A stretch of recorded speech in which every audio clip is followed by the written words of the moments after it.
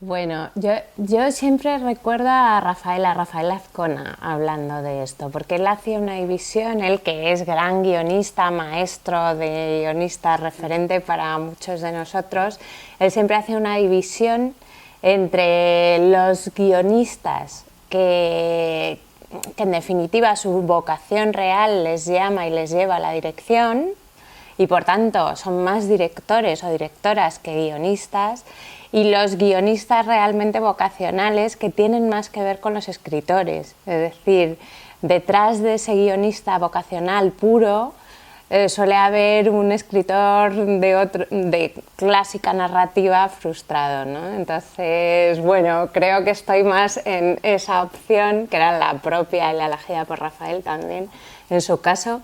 Y sí, siempre me gustó escribir, me salía con naturalidad, me gustaba, fui afianzando mi carrera y mi formación en función de esa tendencia y de esa vocación, y llegué a matricularme en la universidad, en Ciencias de la Imagen. Ahí ya se empezó a definir un poco el recorrido hacia lo audiovisual, ¿no? Y esa parcela tan concreta que trabajamos los guionistas, y después me matriculé en la Escuela de Cine de Madrid. Saqué la beca para irme a la Escuela de Cuba también, y saqué la de Madrid y me quedé en Madrid.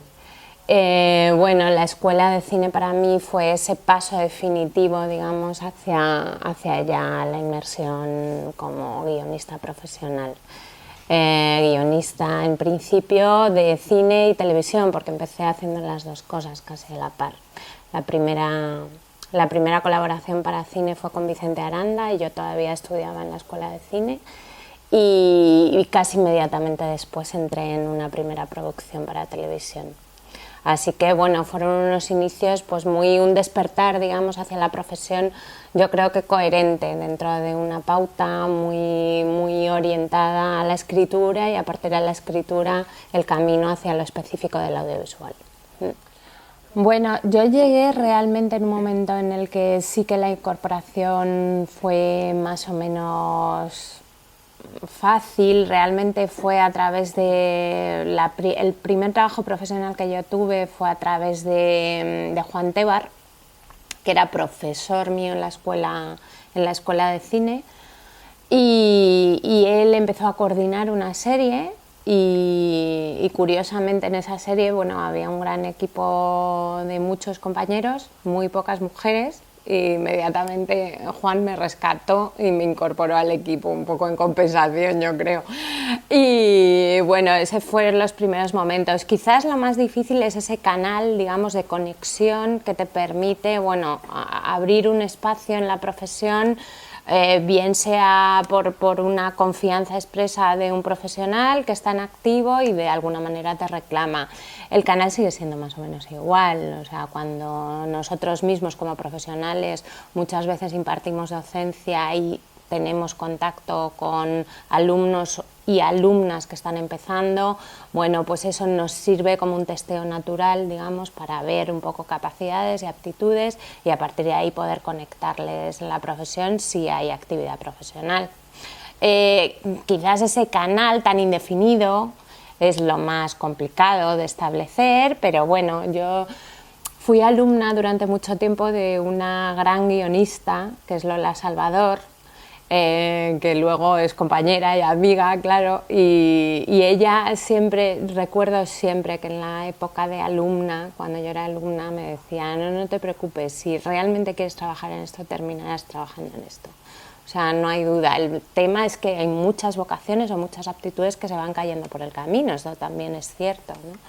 Pero es real, o sea, yo sí que tenemos esa experiencia de muchos compañeros, ahora compañeros o compañeras que antes han sido alumnos, que eran bastante escépticos con la entrada a la profesión, pero que al final han conseguido situarse por una cuestión de empeño y realmente estar muy concentrados en la carrera y en motivarse, en seguir progresando, en aprender y tener esa mente abierta, que es fundamental. Eso fue lo más complicado, yo creo que sigue siendo lo más complicado.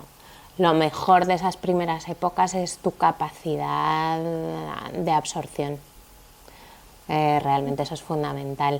Y eso sí que encuentro que hay, por ejemplo, alumnos y alumnas que pierden, digamos, ese territorio o que se dejan embargar por cierto escepticismo o que no comparten, digamos, un empeño total por trabajar, y eso sí que es un problema, porque eso sí que es la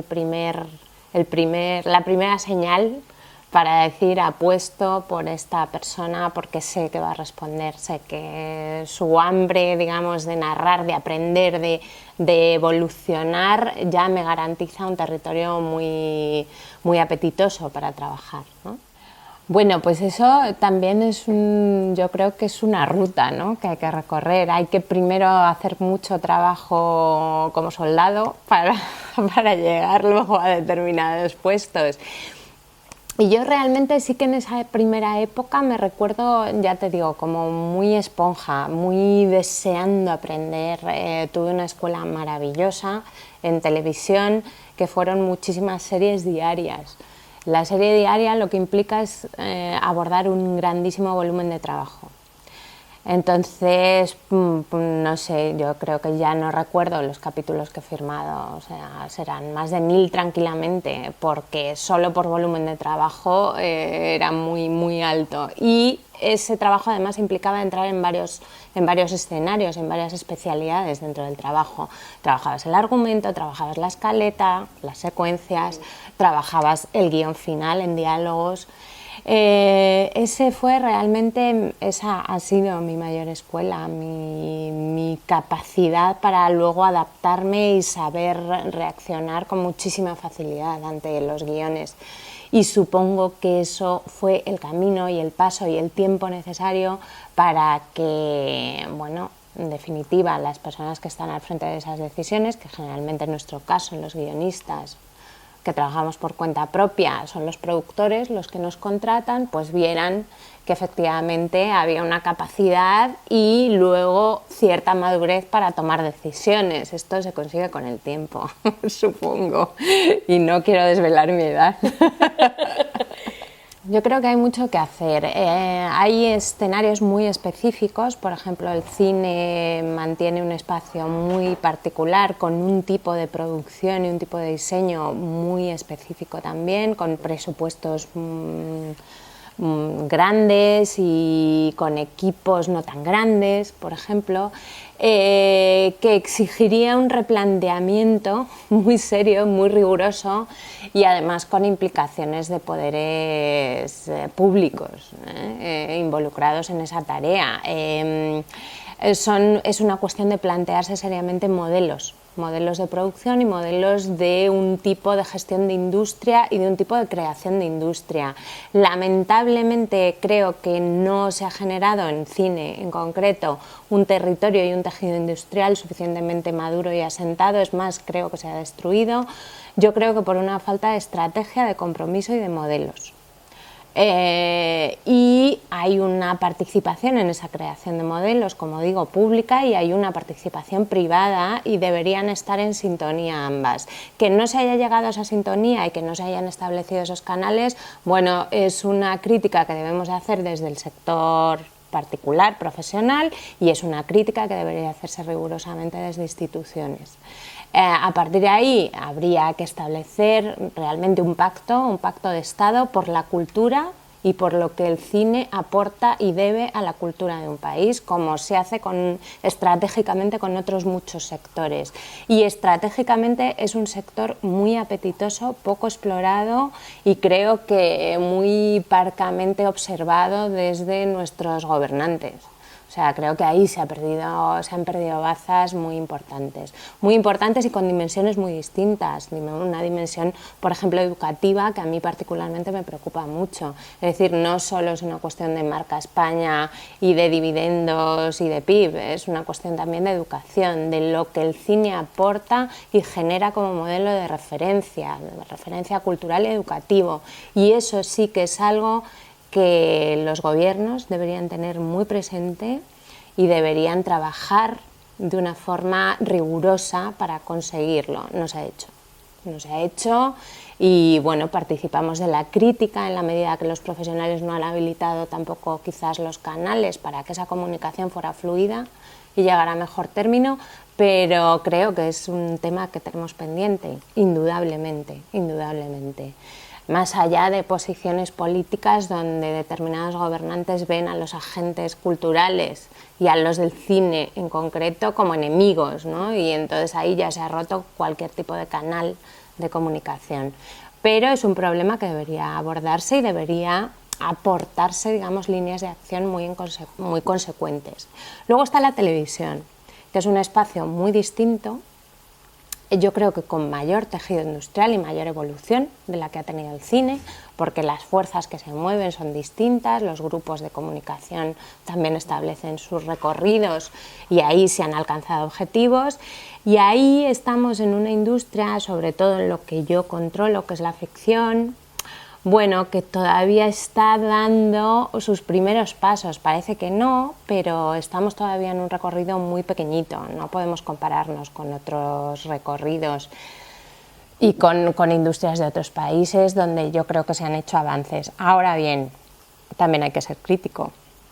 Creo que se pueden enfocar y se pueden crear modelos distintos. Creo que hay que hacer, desde mi punto de vista, hay que habilitar una confianza total y rotunda en los creadores, dejarles evolucionar sobre su propia profesionalidad, concederles espacios de margen para que las creaciones fluyan, para que sean ricas, para que sean variadas, para que sean diversas y el espectador y las espectadoras puedan disfrutar de un amplio espectro de proyectos y de productos a consumir. Ahí todavía tenemos un camino por recorrer, yo creo. Ahí sí, tendríamos que evolucionar, tendrían los propios agentes contratantes, que son generalmente las cadenas, que tener un planteamiento yo creo que más abierto y sobre todo de mayor confianza y mayor complicidad con los creadores. Es fundamental que que vayamos en línea, que trabajemos en línea. Y en línea se puede trabajar en mucho modelo de producto. Hay mucho modelo de producto para ofrecer. Como consumidores y consumidoras hay muchísimos y variados, pero siempre desde una perspectiva yo creo que profesional, creativa y rica, a favor de que realmente esa industria vaya despegando, vaya creciendo, vaya fundamentándose con mayor calidad. Ya hemos hecho un recorrido de calidad, creo que la ficción española es muy buena ficción. Cuando estamos en festivales internacionales o coincidimos con colegas de otros países, realmente se sorprenden de cómo podemos montar ficciones con los condicionantes y con los presupuestos que hay detrás, ¿no? Y el resultado que obtenemos. Bueno, a partir de ahí tendríamos que ir haciendo un camino de evolución, no de mirar para atrás y de ir echando pasos atrás, ¿no? Sí, es fundamental. ¿A cuál tengo más cariño? Bueno, esto es muy difícil, porque siempre dices que el último, que es en el que estás trabajando, ¿no? Bueno, yo creo que para mi carrera fue un punto de inflexión La Señora, primero porque La Señora era mi primer espacio como coordinadora al frente y con la capacidad de decisión al frente de un formato y además un formato semanal. Un formato de prime time que se estructuró en 3 temporadas y que tuvo el recorrido que tuvo. Fue muy importante porque se me dio a mí particularmente ese espacio, porque pude explorar esas primeras decisiones a ese nivel y aprendí muchísimo. Tuve unos grandes aliados que fueron los responsables de Diagonal, que primero colocaron en mí esa posibilidad y después yo creo que me dieron muchísimo margen. Por supuesto también hubo errores y aprendimos mucho de ese recorrido, pero sobre todo creo que fue una serie, aparte de esto, que marcó un punto de inflexión, ya no solo en mi carrera, que ya os digo que sí, sino en un tipo de ficción que se estaba haciendo. empezó a verse un despunte de otro tipo de ficción, y yo creo que prueba de ello es que después salieron ficciones que yo creo que deben mucho a la señora y que además se fueron limando esos primeros errores y se fueron matizando luego ficciones de otra manera, ¿no? Entonces, bueno, sí, me siento muy orgullosa de haber dado ese primer paso y de haber colocado en ese momento una historia con una mujer de protagonista en los años 20, que era una época que no se había reflejado, con un marco histórico que no nos servía solo para hacer una panorámica e ilustrar estupendamente el marco en el que nos movíamos, que era muy apetitoso y original, sino que nos permitía contar una historia dentro de ese espacio histórico. Y esto fue muy agradable, muy estupendo y para mí muy enriquecedor. Bueno, está solucionado con una primera sentencia a favor, completamente a favor, y además diré que es una sentencia muy fundamentada. Bueno, tenemos que lidiar. Tengo muchos amigos que es verdad que se habían visto ya en esta misma situación, pues Águila Roja, El Internado, por ejemplo, muchos compañeros que sí que habían tenido denuncias por plagio, pero la diferencia sustancial es que en sus casos había novelas detrás publicadas, o libros publicados, o relatos publicados, donde el autor o la autora de esos relatos hacía una denuncia de plagio sobre una serie que se había emitido. Bueno, en el caso particular que nos ocupa y por el que me preguntas, pues la autora estaba denunciando un plagio sobre una novela inédita que no estaba publicada, ni siquiera estaba publicada. Es decir, la serie se emitió antes de que su novela fuera publicada. Es más, su novela se publicó cuando ya la serie tenía ya un patrón de éxito, digamos, en emisión, y además la publicó como con una llamada publicitaria, como la novela del escándalo de la serie, con lo cual sí que yo creo que había una intención muy clara, que yo sinceramente siempre pensé que se iba a terminar con la publicación, es decir, que la publicación de esa novela terminaba con ese objetivo, ¿no? Bueno, la sorpresa es que no, que siguió adelante, copó mucho tiempo y mucho espacio en medios de comunicación. Ha sido un periodo muy largo, de casi 6 años, donde ya te digo, ha ocupado mucho tiempo en medios la cuestión del plagio, y en muchos casos ha ocupado más tiempo y más espacio de lo que ocupó la serie. Esto me llamaba mucho la atención porque, claro, encontrarme una contraportada en El País, cuando El País nunca dedicó una contra a la serie, por ejemplo, con una foto estupenda de la serie a la que nunca dedicó espacio especialmente, más allá de un pequeño trocito en la programación de televisión, y en el propio texto del País se decía de la exitosa serie de televisión que ellos, insisto, nunca cubrieron.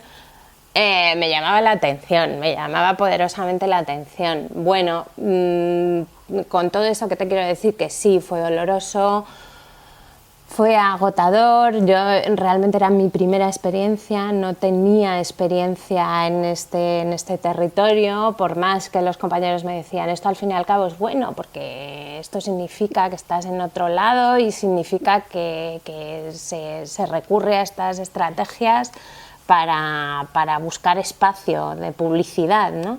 Bueno, pues no me satisfacía en absoluto. Creo que se emborronaba una experiencia que, como te digo, profesionalmente había sido estupenda y muy rica, y creo que se emborronó con este asunto, que era muy difícil hacer entrevistas durante un tiempo sin abordar este tema, que las indicaciones de los abogados eran no damos espacio a esto porque en el fondo hay una intención para que tú entres y eso permita réplicas, y fue muy agotador en este sentido. Bueno, yo que tiendo a ser muy frontal, generalmente tiendo a enfocar los conflictos muy directamente, pues realmente retraerme y no hablar o no decir lo que pensaba, precisamente para no alimentar y no dar pábulo a esa situación, pues me costó mucho, lo fui aminorando con el tiempo, y bueno, afortunadamente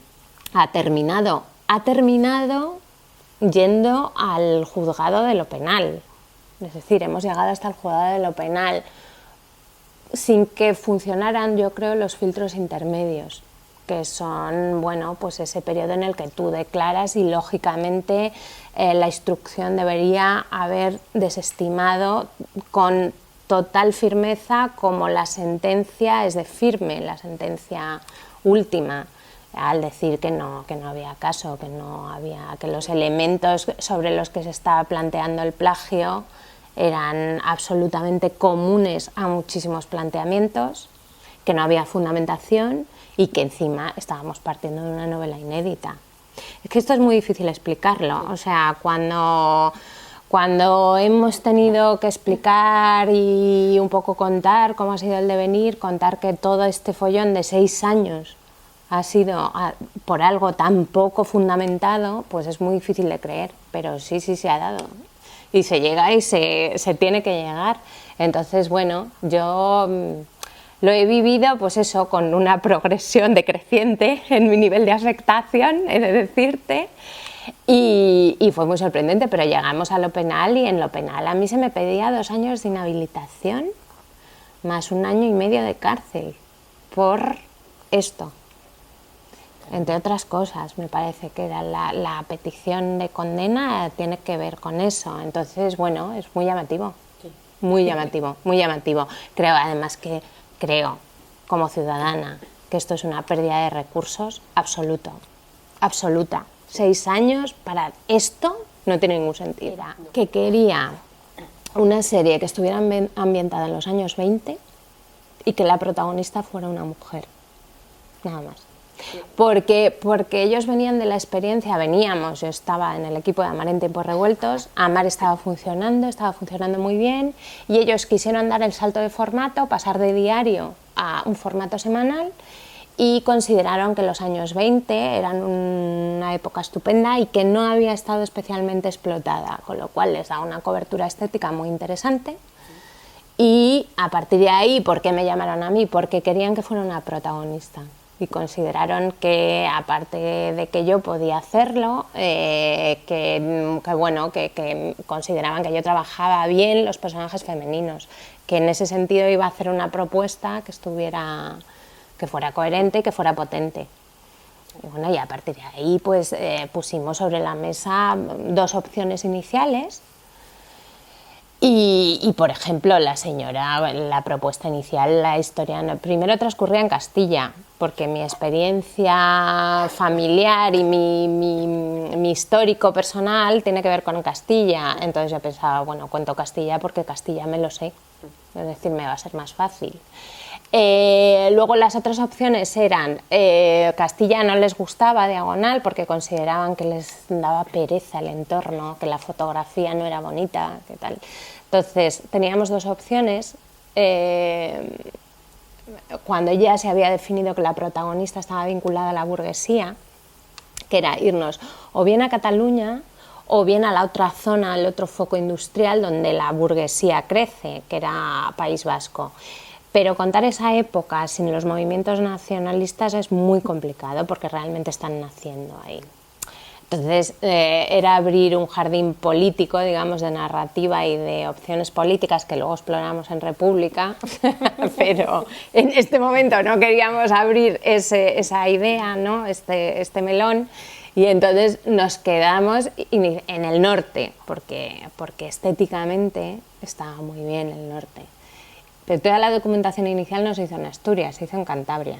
Por eso la mina era una mina de hierro y por eso se hablaba tanto del canal con Inglaterra, que es ese ferry que hay en Santander que te une directamente con Portsmouth. Entonces era la línea anglosajona o la línea germana que implicaba otro sistema social y otro sistema social.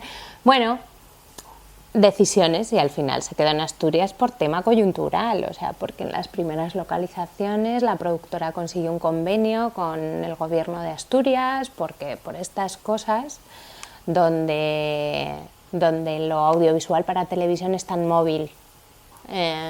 Esto lo explicamos mucho en el juicio, tuve que explicarlo mucho, porque claro, cuando tú ves una serie como espectador piensas que está todo muy definido, pero sin embargo las piezas se mueven mucho en función de muchos criterios de producción inicialmente, de presupuesto, por supuesto, de peticiones expresas de la cadena, de peticiones de producción. Entonces, bueno, pues esto es muy móvil, tenemos que tener esa capacidad, y a mí, por otro lado, te diré que es lo que más me gusta de mi trabajo. O sea, tener que mover piezas, tener que estar en continuo movimiento y en continuo alarde de no pasa nada, hacemos de un problema, hacemos de un conflicto algo a favor. Esto es lo que más me gusta. Bueno, es que lo veo como un canal absolutamente lógico.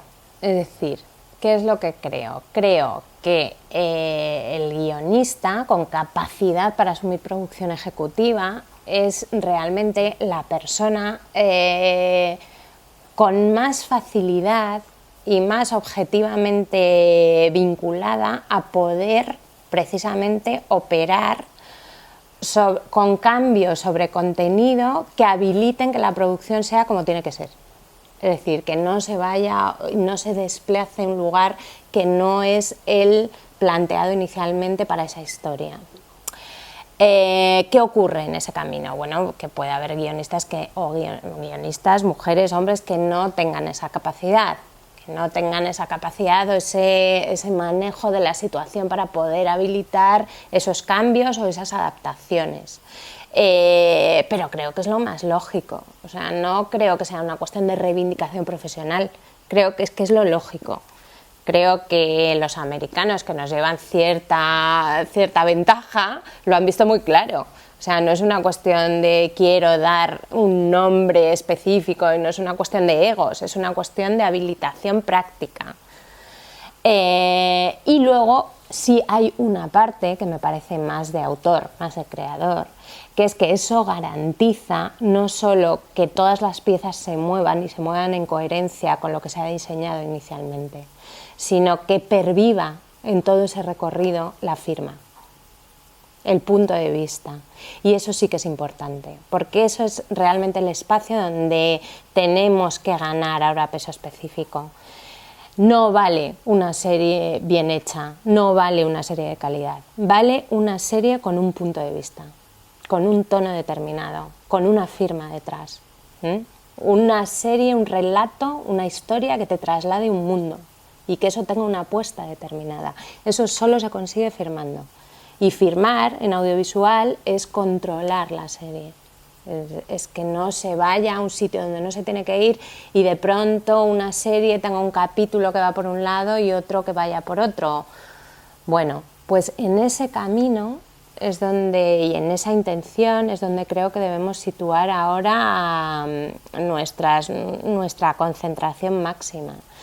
Y por eso muchas veces los creadores somos muy críticos con las intervenciones o de productoras o de la cadena, porque muchas veces esa intervención supone desvirtuar el proyecto. Entonces no tiene sentido, eso no tiene sentido.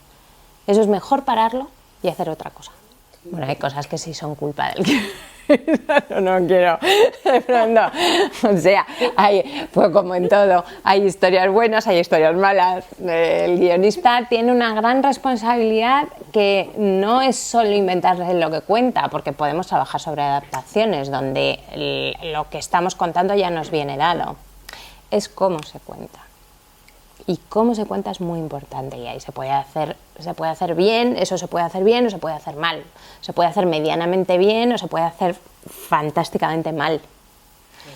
Entonces ahí sí que tenemos una responsabilidad. Bueno, pero ese es el trabajo, digamos, más técnico, más de profesión, más de asentamiento de la profesión. Ese es el trabajo, como yo les digo a los alumnos, a las alumnas, eso es bajar a la secuencia.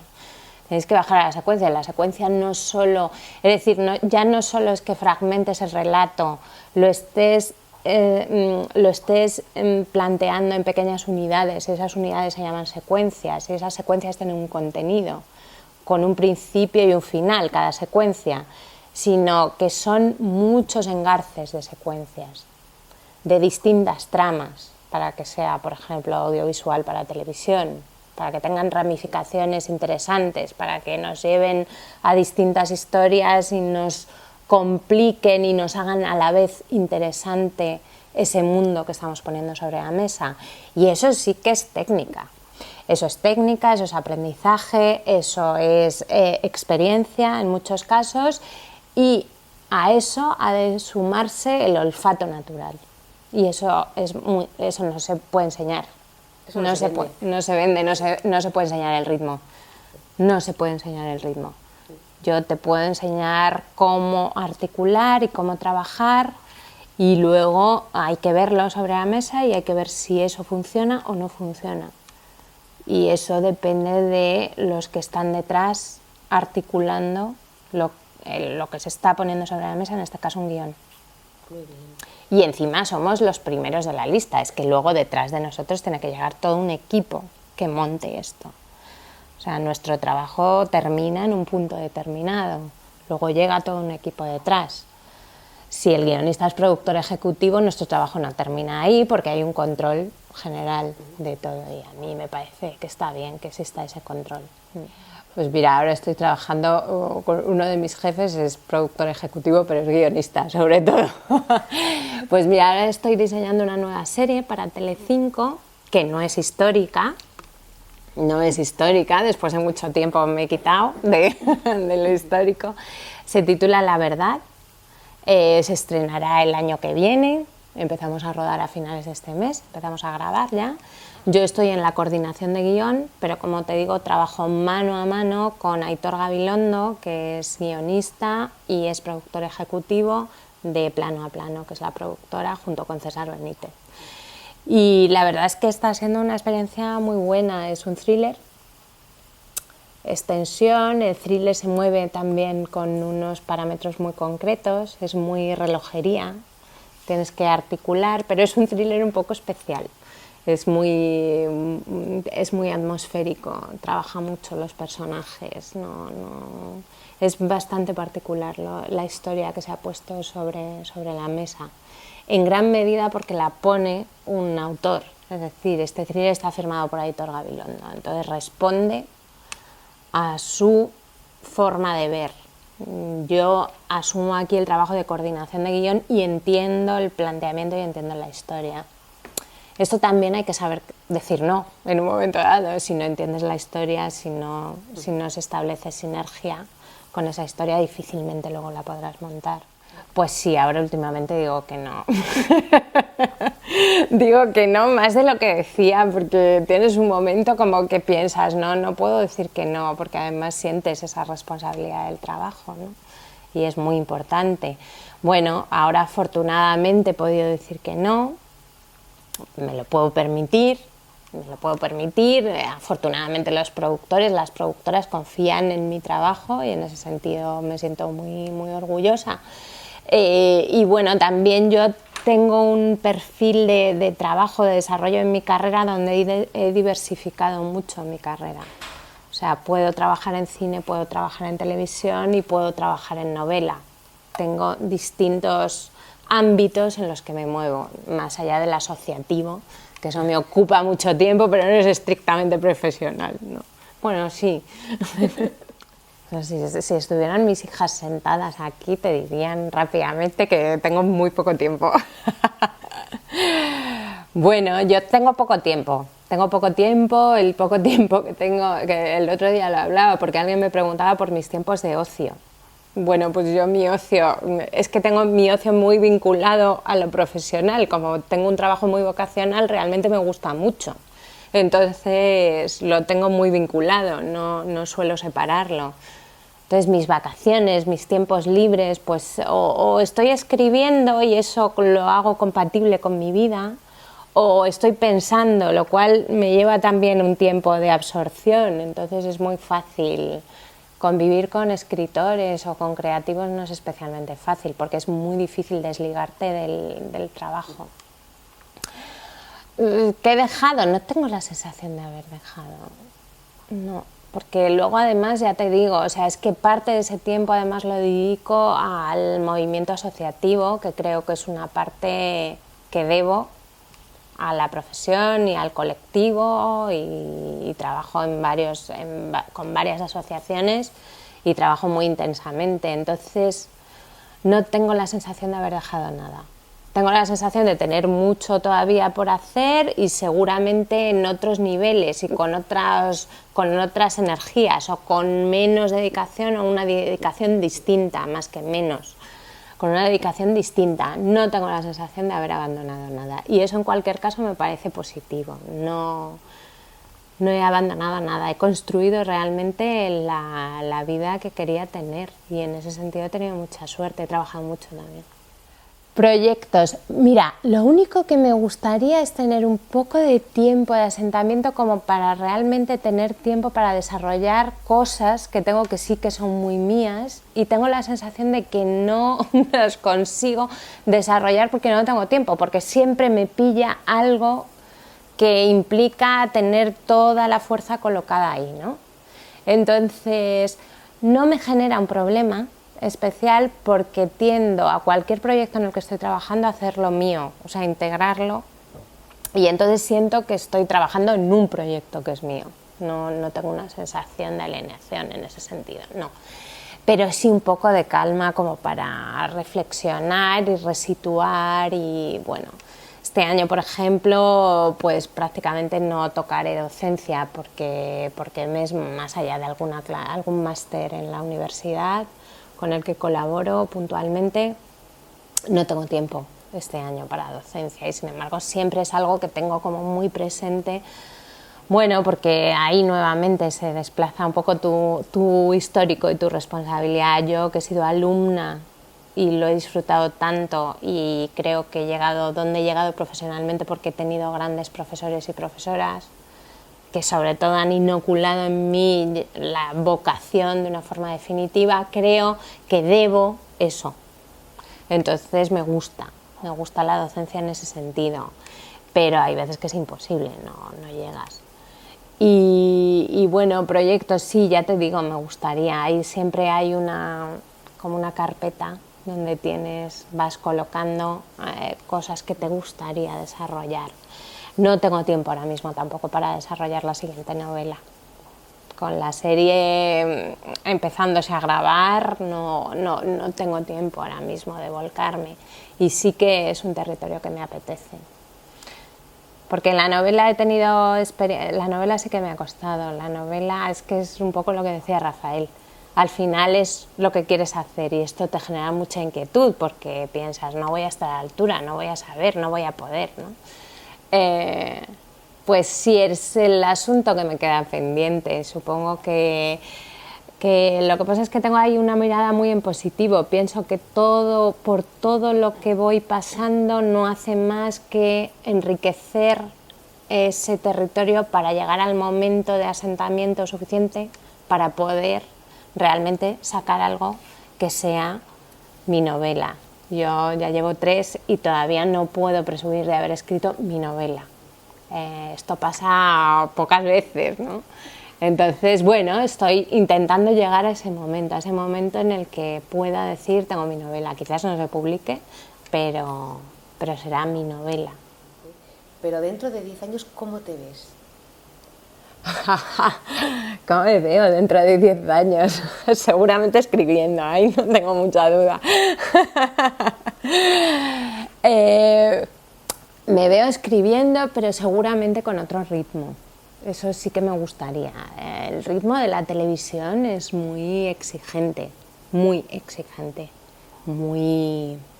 enloquecido. Cuando estamos ya en grabación es muy intenso, es muy intenso.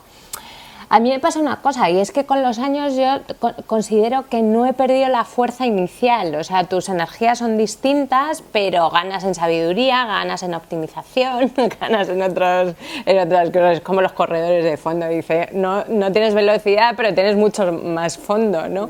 Entonces yo me siento ahora con mucho más fondo. Pues sí, me gustaría, ya te digo, tener el tiempo para hacer algo que sea mío y tener esos tiempos distintos. Me veo escribiendo con tiempos distintos, sí. Y no necesariamente con una necesidad de protagonismo esencial, no. Soy muy ¿cómo decirte? Muy cómplice, o sea, me resulta muy grato vincularme a proyectos que no necesariamente son míos, cuando creo en el proyecto y cuando me parece interesante y rico. Soy muy buena aliada en ese sentido, me coloco inmediatamente a favor del proyecto si el proyecto me gusta. Entonces me veo en cualquier tipo de proyecto con ese perfil, bien sea mío o bien no, con unos tiempos un poco más calmados, sí, eso supongo que sí, que me vea así. Y desearía un escenario mucho más alentador en ese sentido, bueno, en la línea que hablábamos antes, ¿no? De realmente respeto al creador y trabajando a favor y en línea y con coherencia con el proyecto que se ponga sobre la mesa. Supongo que espero que viva esa evolución del audiovisual y espero vivirla. Quizás el cine tiene otros tempos distintos a la televisión, pero el cine está complicado ahora mismo. Lo lanzaremos al universo para que se cumpla, porque hay que lanzarlo. Siempre hay un proyecto que yo siempre he dicho que al final me moriré sin hacerlo, porque no es imposible, porque ya lo he intentado varias veces y siempre se frustra en ese camino, ¿no? A mí hay una novela que me marcó, que creo que es parte de mi educación sentimental, que es parte de mi crecimiento madurativo como mujer, que es Nada, de Carmen Laforet. Nada es la primera novela de Carmen Laforet y es ganadora del premio Nadal en 1944, inaugura los premios Nadal.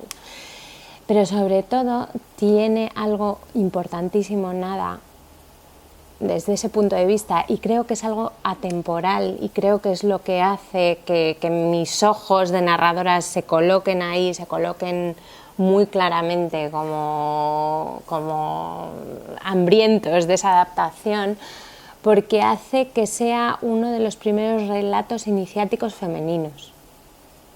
Es decir, la narración iniciática masculina es una tradición. O sea, eso siempre se pone en el ejemplo, ¿no? El guardián entre el centeno marca el recorrido de ese camino a la madurez de los hombres, ¿no? Y eso siempre se ha contado mucho la amistad masculina y el camino iniciático de los hombres. Esto se ha contado mucho, está muy desarrollado y muy elaborado. Bueno, pues la amistad femenina y el camino iniciático de las mujeres no se ha abordado. Y Nada cuenta eso, en un momento muy complicado de la historia de España, pero cuenta exactamente eso. Y eso tiene una dimensión atemporal, es decir, Nada sigue gustando a lectoras, a jóvenes lectoras actuales. Me gusta muchísimo. Creo que yo es algo que hablo constantemente con mis productores, siempre les cuento el mismo rollo. O sea, siempre hay un momento ya cuando la amistad ya se ha desarrollado, siempre les digo, hay que hacer una película de Nada. Hay una histórica, pero bueno, yo creo que adolece esa película, es digna, heredera de su época, esa película. Entonces, bueno, creo que Nada exigiría una adaptación muy concreta. Y a mí me encantaría hacerla. Ya te digo que es una cosa que tengo pendiente. No sé si dentro de 10 años me vería haciendo Nada, pero estaría encantada de hacerlo. O sea que ya está, lo digo, pues si hay algún productor interesado en el tema. Me encantaría. Pues lanzado también al universo. Sí, pero yo creo que esto es muy importante, tener como una pasión muy declarada. Eso es un motor siempre muy potente, muy potente. En lo que se cree firmemente es la mayor fuerza motora, ¿no? Entonces yo creo firmemente en esa narración. Si no la puedo hacer yo, aplaudiré o habilitaré en la medida de mis posibilidades que esa adaptación se haga, porque por las razones que digo me parece muy importante. Y espero también dentro de 10 años que desde luego hay un sistema mucho más igualitario dentro de nuestro sector. De equipo, coordinadoras de equipo, directoras, productoras, ejecutivas de televisión, que haya muchas más de las que hay ahora, porque ahí sí que tenemos un asunto pendiente. Muy bien, pues ahí se quedan esos deseos que yo sí que se van a cumplir, ya verás. Espero. Muchas gracias, Virginia. Gracias a ti, Ana.